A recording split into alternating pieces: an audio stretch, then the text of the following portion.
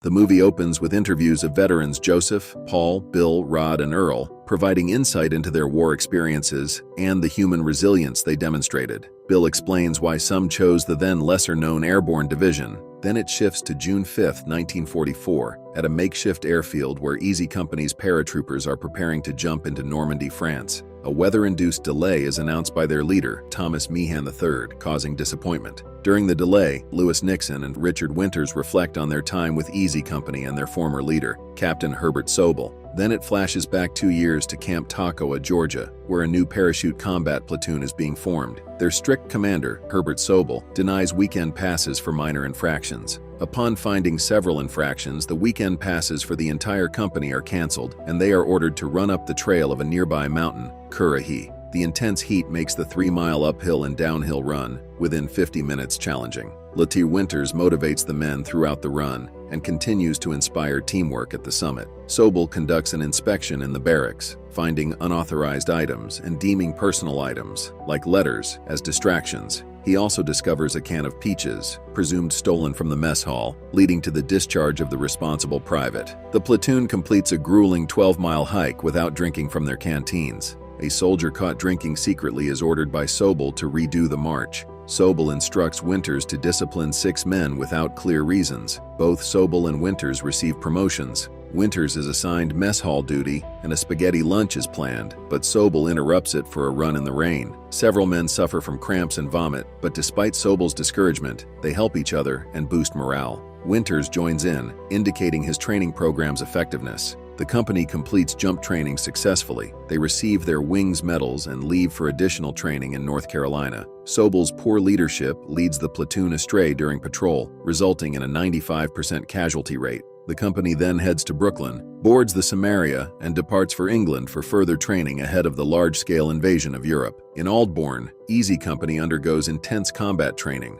Sobel's incompetence is revealed again during field training when they reach a barbed wire fence and realize they're off course. Sergeant George Luce is asked to impersonate Colonel Horton and instructs Sobel to cut the fence, leading to cows escaping from a nearby farm. Sobel is reprimanded by Lieutenant Colonel Strayer, who informs him that Horton was on leave. Winters is accused of disobeying Sobel's orders and requests a court-martial to clear his name, as he hadn't received the orders or a claimed phone call from Sobel. Winters is assigned to manage the mess hall during the court-martial process, preventing him from joining Easy Company's invasion. In protest, several sergeants threaten to resign collectively, risking execution. Colonel Sink reprimands them, discharges Sergeant Harris, demotes Sergeant Ranney, and dismisses the rest due to the impending invasion. However, he reassigns Sobel to a non-combat jump training facility in response to the protest. Winters is cleared and returns to Easy Company. He takes several simulation flights for the mission, and although the exact location isn't disclosed, he and Lieutenant Meehan guess it's Normandy. Once confirmed, the NCOs of Easy Company share this information with the rest. The 101st and 82nd Airborne units are on standby for 24 hours, awaiting clear weather. Sergeant John Martin receives a letter about Bill Garner's brother's death in action at Monte Cassino, Italy, but tries to hide it from Bill. However, Bill finds the letter in John's coat, leaving him upset but not completely shattered. On the day of the drop, the troopers, already carrying heavy loads, receive additional equipment. They board their planes, visibly anxious, and head for France. Winters, sitting by the open hatch, ponders the upcoming mission. As D-Day begins, Easy Company and other paratroopers board C-47s, preparing to jump behind enemy lines. German anti-aircraft fire destroys many planes, including those of Easy Company's CO, First Lieutenant Thomas Mee, and the 3rds. Numerous paratroopers, including First Lieutenant Richard Winters, jumps from their planes when signaled by the pilot, who has just lost his co-pilot to anti-aircraft fire. Many lose their weapons and supplies during the jump and miss their drop zones. After landing, Winters pairs up with Private John Hall from Able Company, who has lost his radio pack. Winters, armed only with a combat knife, gathers scattered paratroopers, including 2nd Lieutenant Carwood Lipton and others from the 82nd Airborne Division. Using a compass, he leads them towards a rally point near Saint-Mère-Église, picking up more soldiers along the way. Upon encountering German forces, Garnier disobeys Winters' command and opens fire prematurely, leading to a brief but intense firefight. The Americans emerge victorious without any casualties.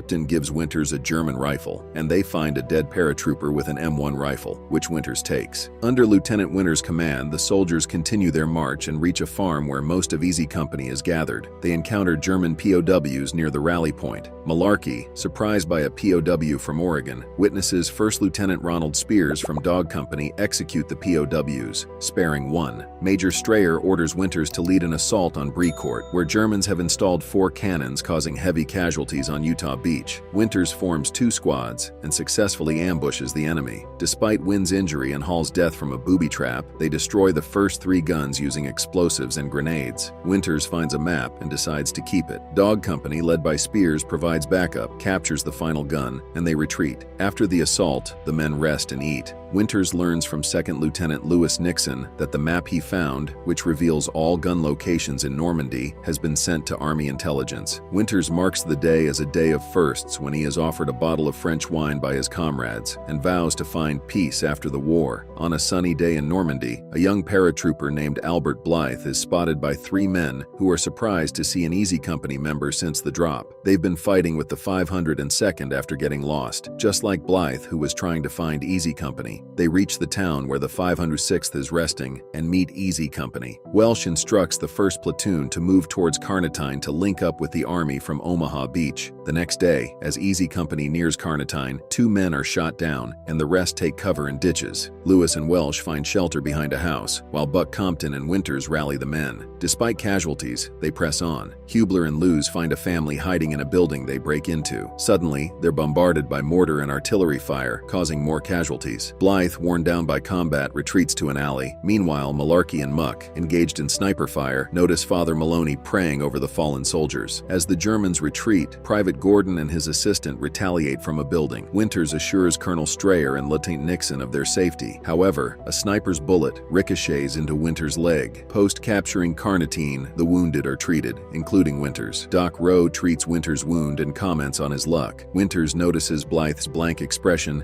and learns from Rowe that Blythe has lost his sight. Despite Winters' reassurance, Blythe remains visually impaired until suddenly his sight returns. As Easy Company marches, they come under machine gun and mortar fire, taking cover in the bushes and returning fire. At night, the Germans sing songs while the 2nd Battalion tries to stay awake. Sergeant Martin and Private Blythe share a foxhole until Welsh takes Martin's place. Blythe reveals to Welsh that he suffered from hysterical blindness. After Welsh leaves, Blythe confides in Spears about his fear and inaction. Spears advises Blythe to accept his mortality to be a true soldier. The next day, they are ambushed by a German force with tanks. The men defend themselves from their trenches with various weapons, as Blythe hides amidst the escalating gunfire. Colonel Strayer and Captain Nixon observe the retreating Fox and Dog Companies as casualties increase. Blythe, overwhelmed, is encouraged by Winters to fight back. Inspired by Winters' calmness under fire, Blythe regains composure and joins the battle. The arrival of Sherman tanks from the 2nd Armored Division turns the tide,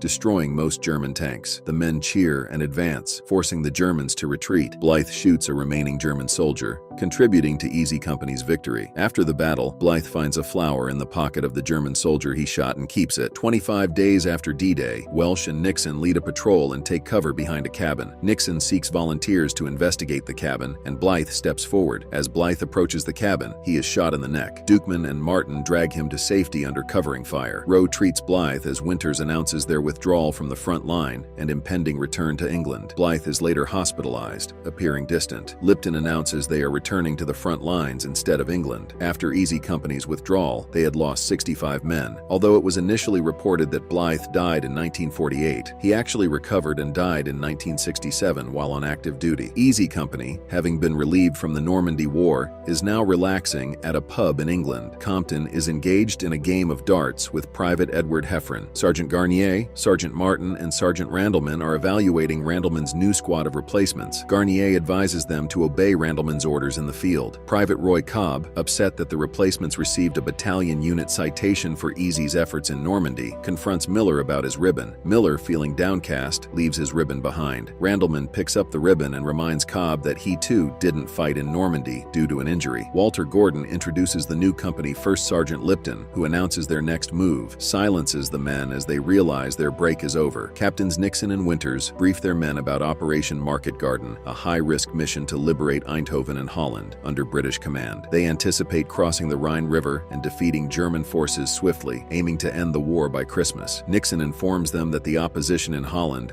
is largely non-threatening. As preparations are underway, Captain Sobel, Easy Company's first CO, returns as the newly appointed Regimental S4 in charge of supplies. The operation commences with the men parachuting into Holland and being warmly welcomed in Eindhoven. Despite the celebrations, Nixon and Winters anticipate more resistance. In the midst of local women being publicly shamed for their relations with Germans, Nixon and Winters observe the arrival of Dutch resistance and tanks. On the eve of their patrol in Noonan, Corporal Hubler and Privates Webster and Klinken meet a Dutchman and his son, who is delighted by a chocolate bar from Webster. The next day, as they enter Noonan, Lieutenant Brewer is shot by a sniper, prompting the men to take cover while Randleman assists Brewer. In the midst of battle, one of the unit's Sherman tanks destroys a half-track. The men reach a town and take cover among its buildings. Sergeant Martin and Randleman identify a hidden Tiger tank, and Martin rushes to alert the British-operated Shermans. However, the British commander, unable to see the tank, refuses to damage a brick house to target it. As the Tiger tank advances, it destroys the leading Sherman. An MG-42 unit fires from a parapet, which is subsequently destroyed. Miller is killed in hiding, leaving Hashi and Garcia stunned. Compton is shot during retreat and insists on being left behind due to his weight, but the men refuse and carry him away using a door. With heavy casualties,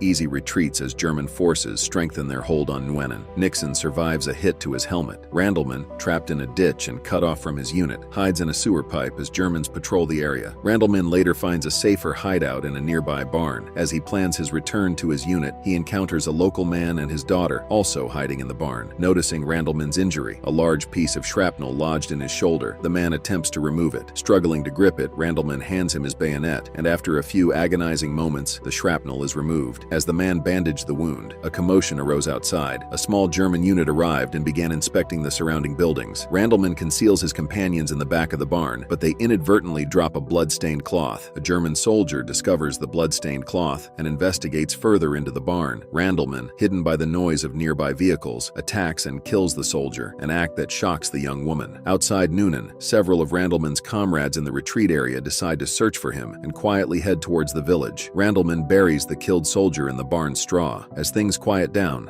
the flags down a passing army jeep, he is taken back to Easy's gathering point, where his return is met with joy. As Easy continues their retreat, Nixon notes that they'll need to find a different route into Germany due to Operation Market Garden's failure. On October 17, 1944, in Holland, Captain Winters gazes out the window of the room he shares with Captain Nixon. Nixon, however, refuses to wake up, prompting Winters to splash him with a cup of liquid, which effectively rouses him. Nixon, enraged, reveals that the liquid was his own urine and hurls his pillow at a laughing Winters. As they near the HQ, Nixon remarks that they are the only unit to have pushed the Germans back across the Rhine. Winters is tasked with providing Colonel Sinke a detailed battle report about a crossroads he secured with one of Easy's squads a month prior. As Winters sets off to complete this task, he begins to reminisce about the battle. He recalls the moment when Liepgott, bearing a minor but bleeding neck wound, rushed in with the rest of his patrol, one of whom was severely injured. Upon discovering a nearby German company, Winters instructs Lipton to gather Easy's first squad for a mission to the crossroads. They scout the area and find the German company puzzlingly firing an MG-42 towards a battalion headquarters located miles away and beyond their range. Winters organizes an attack, directing the mortar squads to bombard the road while machine gunners provide cover. The rest of the squad, led by Winters, targets vulnerable soldiers on the road. They successfully eliminate several Germans and quickly retreat to regroup and strategize their next move. As daylight breaks, Winters orders a charge, instructing the squad to fix their bayonets and charge at the sight of red smoke. He leads the charge, but due to slow smoke deployment, the soldiers lag behind. Winters reaches the line first, shooting a young German soldier and several others. Despite the initial success of the surprise attack, another German company emerges, leading to an intense firefight. Winters calls for heavy artillery support. Private Webster and Sergeant Martin capture some soldiers, one of whom claims to be Polish, despite speaking German. Martin, noticing their SS uniforms, is skeptical of their Polish identity. The team manages to overpower the Germans and secure the area, with Martin rounding up 11 prisoners. Winters confronts an irate Leibgard, who is firing at the surviving Germans, attempting to flee the battlefield. Winters orders Leibgard to cease fire and escort the prisoners back to Battalion CP. Distrusting Leibgard Bonaparte's fury. Winters orders him to discard all his ammunition, leaving only one round. He warns him that killing a prisoner could provoke the others to retaliate and possibly escape. During the attack, Webster sustains a leg injury. Nixon arrives and Winters requests a drink of water. Following the skirmish, Colonel Sink arrives to evaluate the situation and informs Winters of his promotion to battalion commander. Winters accepts and recommends First Lieutenant Moose as his replacement. During a mission briefing, Moose is shot by a jittery sentry, leaving him unable to lead easy. Winters, suffering from PTSD, takes a break in Paris. Their rest in Mourmelon-le-Grand is cut short when Winters and Nixon announce an immediate departure to Belgium. They head to Bastogne, a village under German attack. Colonel Sink orders Winters and Easy to defend this key junction town. Colonel Strayer joins them after his London leave. Lieutenant George Rice delivers ammunition and hints at a potential encirclement, but Winters remains calm, reminding him that paratroopers are trained for such situations. Easy Company is deployed to the forests of Bastogne, Belgium, to counter a surprise German attack. Bastogne's strategic location makes it a prime target for German tanks. Despite shortages of essentials, Easy and other units hold their positions. Doc Rowe, lost in the fog, accidentally stumbles upon the German front line and retreats quietly. He later sees Captain Winters shaving with icy water, who spots a stray German soldier and orders him to surrender. Winters finds a bandage on the soldier, a valuable find given their low medical supplies. Winters, Captain Nixon, and several NCOs discuss their unit's challenges with Colonel Sink and Brigadier General Tony McAuliffe. Despite the challenges, they are ordered to hold their position. Winters advises Rowe to coordinate with the company's other medic for more supplies. During a mission, Rowe's companion Babe falls into an enemy foxhole but escapes unharmed. Despite numerous attacks and limited resources, Rowe treats the injured soldiers. He scavenges for supplies, even borrowing scissors from Percanti. When he runs out of morphine, others donate theirs. Rowe is unable to treat Garnier's urinary infection due to a lack of penicillin. He meets a Belgian nurse, Renee, while escorting a wounded man, and they bond over their shared French language. Despite Rowe's reassurances, Renee views her healing touch as a curse. They fail to save a severely injured man, leaving them frustrated. Renee gives Rowe a chocolate bar before he leaves. Rowe wants to join a frontline squad, but Martin advises against it. The squad is ambushed, and John Julian, the youngest member, is hit in the neck. Unable to rescue him due to heavy enemy fire, they are forced to leave Julian behind, causing distress, especially to Babe. During a clear morning, the Army Air Corps conducts a large supply drop. Most of the supplies land in Bastogne, but Easy Company narrowly escapes a Luftwaffe attack. A man is paralyzed from a chest wound during another German assault, and despite Rowe's efforts, he can't be saved. Lieutenant Welch is injured, and a tired Rowe takes a break before assisting him. Rowe is ordered to rest and eat by Winters. He shares his chocolate bar with Babe, who is upset, in another foxhole, lifting his spirits. Rowe believes he may have inherited some healing abilities from his faith healer grandmother, Treaders, as suggested by Babe's companion. However, Rowe accidentally cuts Babe's hand while assisting a wounded comrade. Bastogne is bombed by the Germans. Rowe, while escorting another injured man to the church, sees the church being bombed. He rushes to the site, finding only Renee's bandana in the debris. Back at the front lines, Rowe joins Babe in a foxhole. He notices Babe's untreated hand and uses Renee's bandana as a bandage. For the first time, Rowe addresses Babe by his nickname, marking a change in their relationship. Babe, amused, mimics Rowe's accent, while Rowe, smiling, reminds him to stay vigilant on the front line. The next day, Hubler, Private Hashi, and Sergeant Christensen ambushes a German SS officer on horseback. Hubler shoots the officer with his M1 and finds a Luger pistol on the body, which he proudly shows to his comrades. Compton asks about Lieutenant Dyke, Easy Company's CO, but Lipton doesn't know his whereabouts. Suddenly, a gunshot is heard, and the men take cover. Hashi reports that Hubler has accidentally shot himself. Despite their efforts, they can't find the wound in time, and Hubler dies from a self-inflicted gunshot wound to his femoral artery from the Luger in his pocket. Lipton informs Captain Winters of the incident and reveals that Dyke's location is unknown when asked why Dyke isn't reporting the incident. The next morning, Percanti, Christensen, and Harold Webb discuss a rumor about Lieutenant Spears allegedly shooting German POWs in Normandy after offering them cigarettes. When Spears appears and criticizes their foxhole, they defend it, citing Dyke's approval. Spears offering them a cigarette causes discomfort due to the rumor. Easy Company, back at the front line near Foy, endures numerous shellings while strengthening their foxholes. Joe Toy loses his right leg in a shell explosion, and Garnier, while trying to save Toy, injures his own right leg. This traumatic incident leads to Compton's withdrawal from the front line. Intense night shelling sees Penkala and Muck's foxhole hit directly, an event witnessed by Luce. Another shell lands near Luce and Lipton's foxhole but doesn't explode. Lipton, shaken, accepts a cigarette from Luce, despite not being a smoker. Muck and Penkala's deaths deeply affect their friend Malarkey, and to cheer him up, Lipton gives him Hubler's Luger for his younger brother. Lipton warns Winters of potential heavy casualties in the upcoming Foy attack if Dyke isn't replaced. As the men prepare for the attack the next day, Winters briefs Dyke on the plan. The attack begins with the men charging across an open field towards the town, with Lipton urging his men to move swiftly and continuously. Foley splits off with the first platoon to secure a small shack. In an open field, Dyke halts Easy Company's advance, frustrating Winters, and orders Radium and George Luce to radio Foley. Dyke instructs Foley to return to a visible position. As Foley arrives, Dyke appears to be succumbing to battle stress. He orders Foley to lead a risky flanking mission, but they are pinned down by a sniper. Winters, unable to take over due to his battalion XO role, calls for Spears to replace Dyke. Spears orders the demolition of a building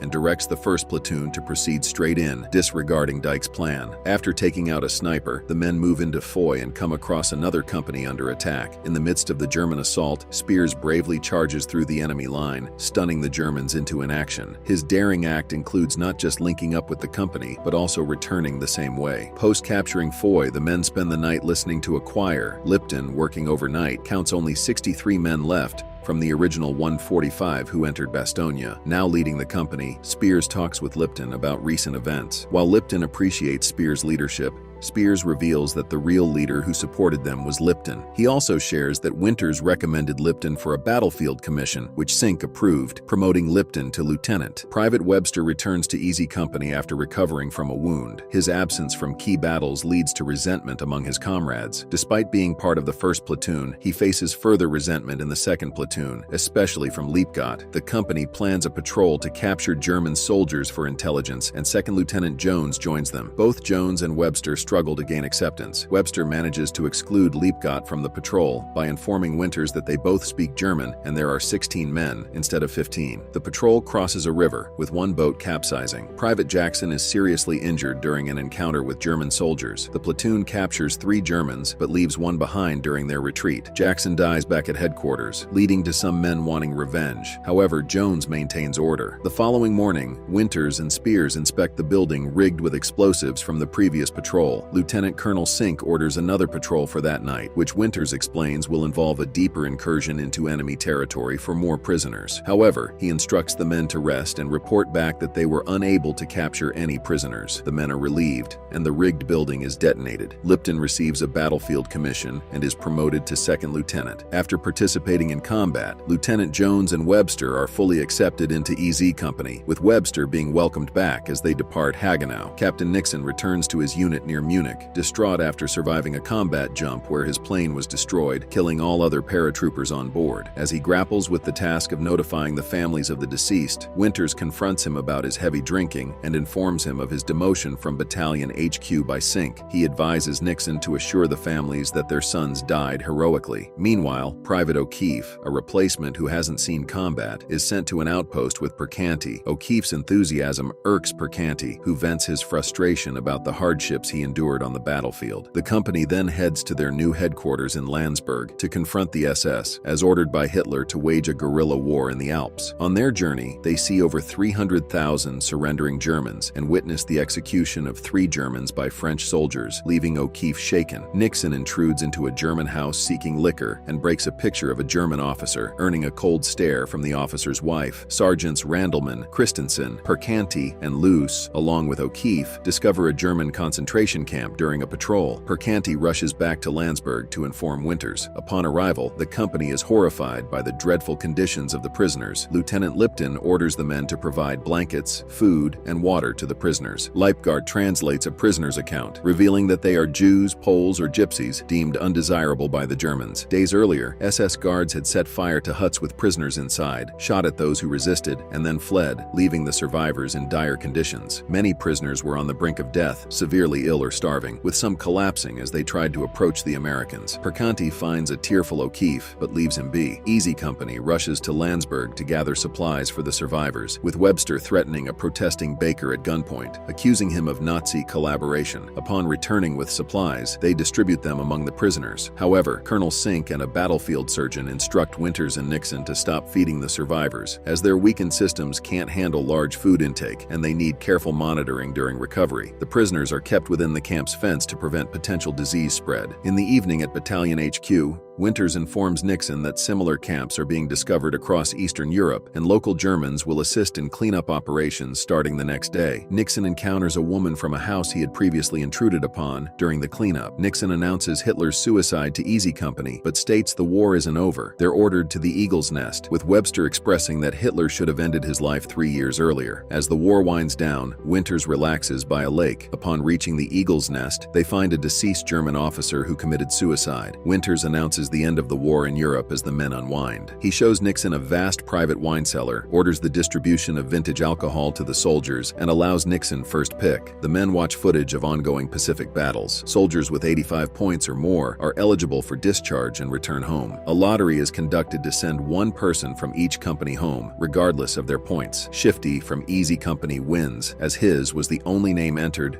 due to his low points despite long service. Even with the war over in Europe and the expected SS guerrilla units not showing up, Easy Company's men grapple with fatigue, nerves, and boredom, leading to perilous outcomes. Liebgott, seeking vengeance for the Jews, kills a German officer who managed a camp, with Webster and Siski accompanying him. Liebgott interrogates the officer and begins yelling in German and English, causing Webster to leave the room for a smoke. Despite Webster's attempts to dissuade him, Liebgott shoots the officer in the neck. Liebgott's gun jams as he tries to fire another round, allowing the officer to escape. Liebgott urges Webster to shoot the fleeing officer, but he refuses, and Siski does it instead. With the European war over, the men prepare for the Pacific. Winter's request to transfer early is denied due to his ties with Easy Company. Stranded in Germany, the men resort to drinking. A replacement soldier, inebriated, kills a British and German officer and injures Staff Sergeant Grant, who is taken for brain surgery. The replacement is beaten by Easy Company until Spears intervenes, nearly killing him, but ultimately refraining. The next morning, German soldiers gather for their formal surrender. Captain Sobel avoids saluting Winters, who calls him back, reminding him that they salute the rank, not the person. Sobel salutes and departs. A German general requests to address his men, which Lipton permits, and Liebgott translates his speech for Winters. The general's words resonate with both his soldiers and Easy Company, leading to reflections on their shared war experiences. As the men play baseball, Winters recounts their post-war lives, highlighting their continued connections despite leading separate lives. Winters announces the Japanese surrender, signifying the end of the war and their reprieve from deployment to the Pacific. The story concludes with interviews of the real Easy Company members, including Winters, Malarkey, Babe, Garnier, Lipton, Shifty, and Martin. And with that,